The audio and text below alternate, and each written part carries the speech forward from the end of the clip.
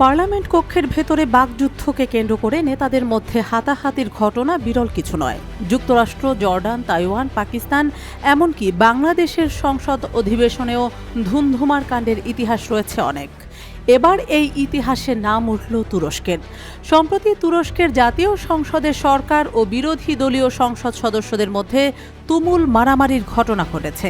এক কারাবন্দী নেতাকে নিয়ে বিতর্কের জেরে সংসদে হাতাহাতিতে জড়ায় সরকার ও বিরোধী দলীয় সংসদ সদস্যরা।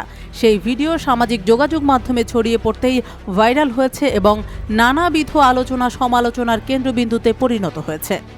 মারামারির সেই ভিডিওতে দেখা গেছে বিরোধী দলের ডেপুটি আহমেদ সিক কারাবন্দী এক নেতার পক্ষে কথা বলছিলেন। তিনি একেপি আইন প্রণেতাদের উদ্দেশ্যে বলেন, আপনারা আতালেকে সন্ত্রাসী বললে আমরা আশ্চর্য হই না, কারণ আপনারা পাশে না থাকলে প্রত্যেককেই এ কথা বলেন, কিন্তু সবচেয়ে বড় সন্ত্রাসী হলো তারা যারা এখানে বসে আছে। একই সঙ্গে ওই নেতাকে কারাগারে নেওয়ার জন্য ক্ষমতাসীন সরকারকে দোষী সাব্যস্ত করেন তিনি। তবে বিষয়টি সহজে নিতে পারেননি ক্ষমতাসীন দল একেপি পার্টির সদস্যরা। ডায়াসে দাঁড়িয়ে ভাষণ দেওয়ার সময়ই ওই নেতাকে মারতে উদ্যত হন তারা। এ পর্যায়ে বিরোধী দলের সংসদ সদস্যরাও ছুটে আসলে দুই দলের সংসদ সদস্যদের মধ্যে তুমুল মারামারি বেঁধে যায়। এ সময় বেশ কয়েকজন রক্তাক্তও হয়েছেন। সেই রক্ত পরে সংসদ সদস্যদেরকেই মুছতে দেখা গেছে। অধিবেশন চলাকালীন প্রায় ৩০ মিনিট ধরে চলে এই মারামারি। এতে অন্তত ২ জন আইন প্রণেতা আহত হয়েছেন। এক পর্যায়ে বাধ্য হয়ে অধিবেশন ৪৫ মিনিটের জন্য স্থগিত ঘোষণা করা হয়।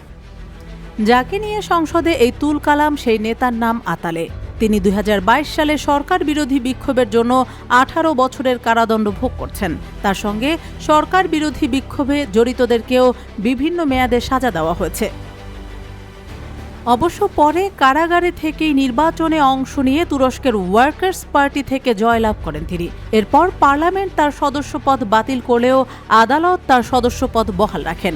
তুরস্কের পার্লামেন্টে হাতাহাতির ঘটনা বিরল।